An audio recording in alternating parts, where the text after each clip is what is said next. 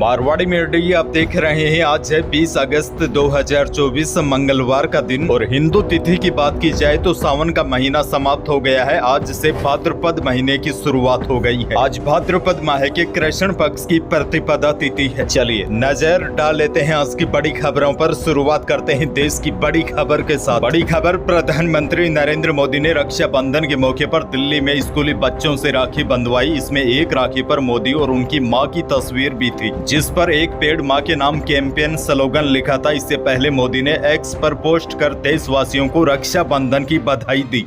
वहीं पीएम के अलावा लोकसभा के नेता प्रतिपक्ष और कांग्रेस सांसद राहुल गांधी ने भी बहन प्रियंका के साथ फोटो शेयर करते हुए देशवासियों को राखी की बधाई दी। प्रियंका ने राहुल और पिता राजीव के साथ एक तस्वीर पोस्ट कर लिखा, भाई बहन संघर्ष के साथी होते हैं। आगे बढ़ते हैं देश की एक और बड़ी खबर। पीएम मोदी इसी हफ्ते यूक्रेन जा सकते हैं। प्रधानमंत्री मोदी 21 से 23 अगस्त तक पोलैंड और कीव जा सकते हैं। 1991 में यूक्रेन के आजाद होने के बाद किसी भारतीय पीएम का यह पहला दौरा होगा। अच्छा, आगे बढ़ते हैं देश की एक और बड़ी खबर। रक्षाबंधन के मौके पर महाराष्ट्र में महिलाओं के लिए मुख्यमंत्री माझी लाडकी बहन स्कीम की शुरुआत की गई है। आपको बता दो, इस स्कीम के तहत 21 से लेकर 60 साल की महिलाओं को हर महीने 1500 रुपए की वित्तीय सहायता दी जाएगी। बड़ी बात आपको बता दूं, 17 अगस्त से महाराष्ट्र सरकार ने मुख्यमंत्री माझी लाडकी बहन की किस्त जारी करना भी शुरू कर दी है। यानी कि जैसे मध्य प्रदेश में लाडली बहना योजना है, उसी की तर्ज पर अब महाराष्ट्र में भी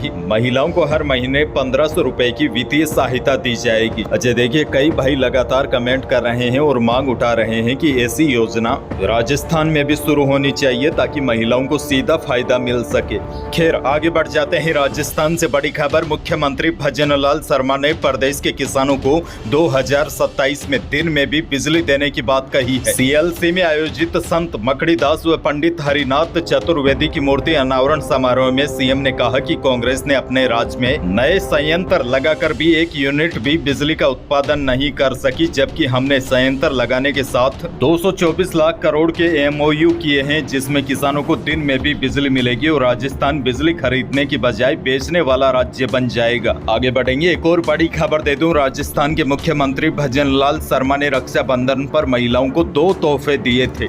सरकार ने रक्षाबंधन पर्व पर खोले हनुमान जी मंदिर में संचालित रोप वे में महिला दर्शनार्थियों को टिकट में 50% की छूट देने का ऐलान किया था। अच्छा देखिए, रोप वे का मतलब आपको बताऊं तो यह उड़न खटोले होते हैं जो नीचे से पहाड़ों की तरफ जाते हैं और पहाड़ों से वापस नीचे की ओर आते हैं। इसके साथ ही मुख्यमंत्री ने जेसीटीएसएल की लो फ्लोर बसों में भी रक्षाबंधन के दिन निःशुल्क यात्रा का तोहफा दिया। बाकी रोडवेज की बसों में तो महिलाओं के लिए हर साल फिर यात्रा का आदेश दिया जाता है, तो इसमें कुछ नया नहीं है। आगे बढ़ते हैं राजस्थान से बड़ी और दुखद खबर। उदयपुर में चाकूबाजी में घायल छात्र देवराज की मौत हो गई है। चिकित्सकों के अथक प्रयास के बावजूद भी छात्र को नहीं बचाया जा सका। आपको बता दो, एक समुदाय विशेष के छात्र ने मृतक छात्र की जांघ पर 3 बार वार किया था। 16 अगस्त को उदयपुर में सहपाठी द्वारा 10वीं कक्षा के छात्र को चाकू मारने का एक सनसनीखेज मामला सामने आया। घायल छात्र को जख्मी हालात में नजदीकी अस्पताल लाया गया, जहां उसकी हालत नाजुक बनी हुई थी और अब उस छात्र की मौत हो गई है। 16 अगस्त को जब देवराज स्कूल गया तो उसे पता भी नहीं था कि उसके साथ इतनी बड़ी घटना हो जाएगी। उसके स्कूल के साथी के साथ ही किसी कॉपी या होमवर्क के लिए विवाद हुआ था। यह विवाद इतना बढ़ गया कि देवराज के साथी ने उसी पर जानलेवा हमला कर दिया। उदयपुर में एक बार फिर प्रशासन ने भारी संख्या में पुलिस जाब्ता तैनात कर दिया है। कलेक्टर, एसपी सहित तमाम बड़े अधिकारी मौके पर मौजूद है ताकि व्यवस्था को संभाला जा सके। आपको बता दूं, छात्र की मौत के बाद अस्पताल के बाहर लोगों ने विरोध प्रदर्शन शुरू कर दिया है और नारेबाजी होने लगी है। 16 अगस्त से ही वहां पर इंटरनेट बंद है और अब इंटरनेट बंद की सीमा और बढ़ा दी है। गृह राज्य मंत्री जवाहर सिंह बेडम ने लोगों से शांति बनाए रखने की अपील की है। आगे बढ़ जाते हैं, एक और बड़ी खबर। रविवार को सूरतगढ़ के 9 DBN की रोही में एक हिरण घायल अवस्था में मिला था, जिसको गोली लगी हुई थी। जब किसान की सूचना पर हिरण को अस्पताल ले जाया जा रहा था तो उसने रास्ते में ही दम तोड़ दिया, जिसके बाद वन्य जीव प्रेमियों में आक्रोश फैल गया है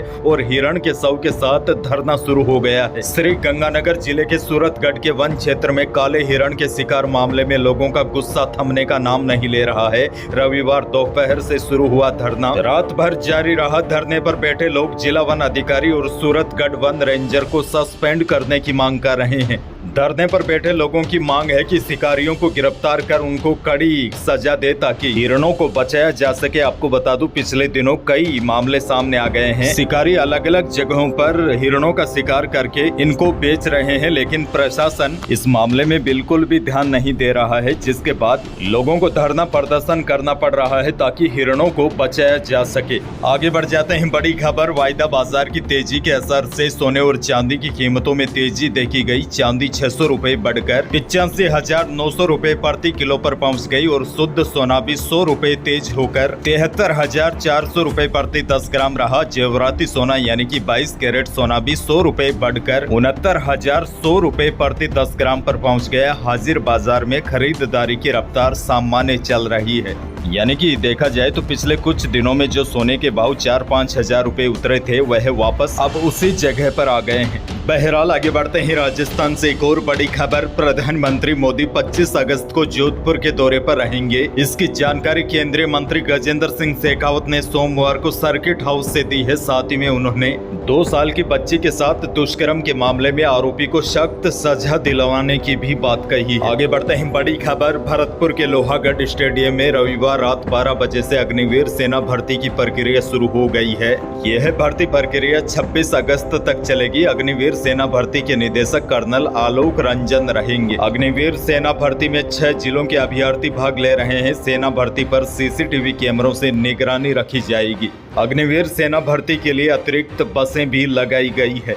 प्रशासन की तरफ से अभ्यर्थियों को निर्देश दिए गए हैं कि सेना भर्ती प्रक्रिया पूरी तरीके से अभ्यर्थियों की योग्यता के आधार पर होती है। सभी उम्मीदवारों को सलाह दी जाती है कि वे दलाल और धोखाधड़ी करने वाले व्यक्तियों से दूर रहे और नशीली दवाओं के प्रयोग से बचे। अभ्यर्थियों के दौड़ के लिए अलग से ट्रैक बनाया गया है। अग्निवीर सेना भर्ती में भरतपुर, डीग, धौलपुर, अलवर, खेड़तल, तिजारा, कोटपुतली, बहरोड जिले के अभ्यर्थी भाग लेंगे। आगे बढ़ जाते हैं, मौसम से जुड़ी बड़ी खबर है। राजस्थान में कई दिनों की भारी बारिश के बाद प्रदेश के अधिकांश हिस्सों में मौसम साफ होने लगा है और बड़ी खबर यह भी है, प्रदेश के अधिकांश हिस्सों में आने वाले 4-5 दिन तेज बारिश का कोई भी अलर्ट नहीं है। हालांकि कुछ स्थानों पर स्थानीय स्तर पर बादल छाए रहने और हल्की बूंदाबांदी या बारिश हो सकती है, लेकिन ज्यादा भारी बारिश की संभावना नहीं है। वैसे पिछले 24 घंटों के दौरान जैसलमेर के सीमावर्ती क्षेत्रों में कुछ स्थानों पर बारिश हुई है। वैसे आपको बता दूं, जैसलमेर के कई भागों में बाढ़ जैसे हालात अभी भी बने हुए हैं।